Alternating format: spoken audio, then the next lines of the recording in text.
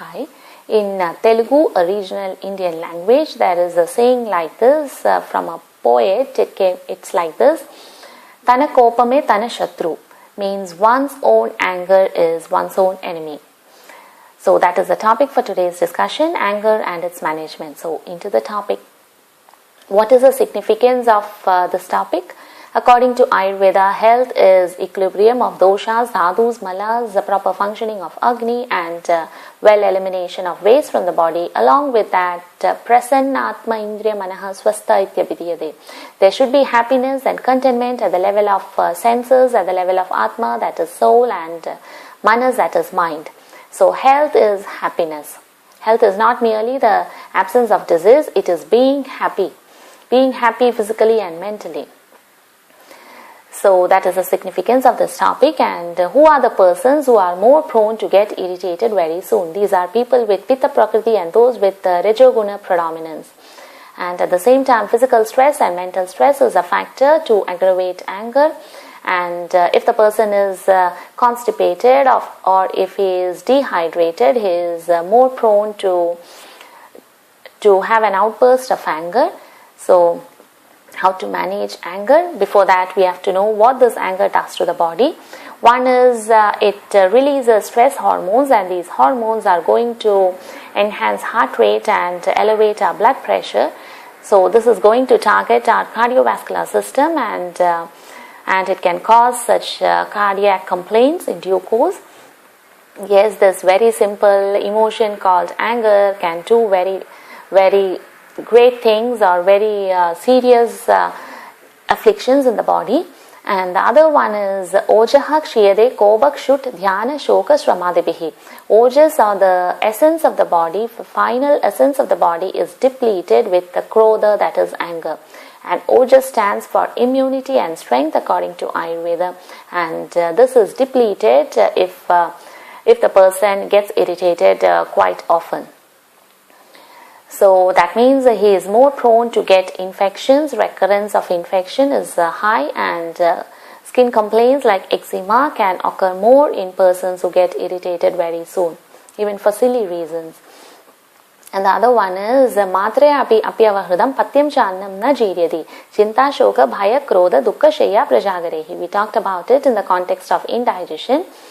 So Agni is vitiated with this emotion called anger. So do we have to express anger or suppress anger? The answer is we shouldn't do either of these two. One is if we express anger, we are making others a victim of our anger. So that expression isn't good.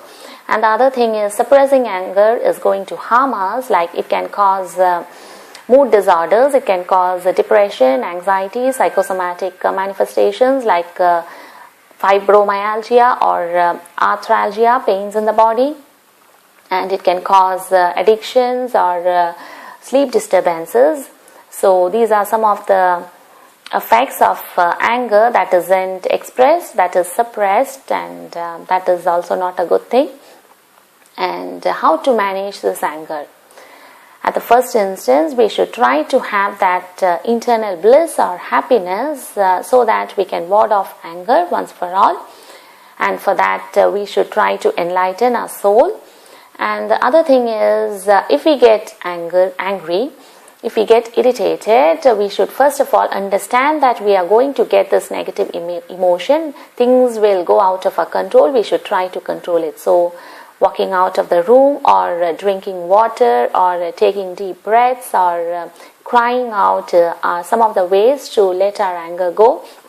Or something like jogging, going for a walk, or something other than using abusive language or hurting somebody physically or verbally. We can do some other thing to tackle our own anger, and once the anger is controlled, we can take a better charge of the situation. Our intellect starts functioning, and we can decide on what to do and what not to do to control the situation. But with anger, our intellect doesn't work well. And next one is what to do to control anger on a regular basis. We can do many things. One is hydrating our body. Other one is doing abhyanga. Shiro Abhyanga is very good, that is head massage, foot massage, Pada Abhyanga, and Abhyanga in general. Oiling the body daily is a very good thing to control anger. And next is doing yoga, pranayama, as well as meditating for some time helps to control one's anger. Then diet is very important. The Sattvic diet is one diet that helps to control one's anger. So diet that is rich in live organic foods like fruits, vegetables, cereals, grains, pulses, and milk, of course.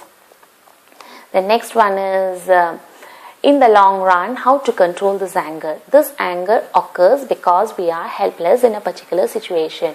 We cannot control that situation. So there should be something that is within us that gets stimulated with even if a silly situation occurs. So something could be there inside. So to know that, we have to know our own selves, we have to know our prakriti, we have to know our gunas, and we should most importantly love our own self. So, and we should try to live in the present. So loving our own self, living in the present, and following dinacharya or daily practices that is said in Ayurveda, and finally trying to love us as much as possible on a daily basis is one of the ways to keep us healthy. But because to have prasannata, to have happiness, we should be devoid of this emotion called anger. So as human beings, it is quite natural to get irritated, we get angry, but we should see to it that we don't get angry very frequently, because that is going to hurt our own body, as well as we are going to pollute the environment and affect other people's thinking and their activities also. So try to do exercise like yoga daily for 30 to 45 minutes for at least 5 days a week. Plus try to do something to enhance your good mood, to enhance that cheerfulness in you, and try to smile as much as possible, and try to laugh, and try to live in the present, and try to enjoy life. Thank you.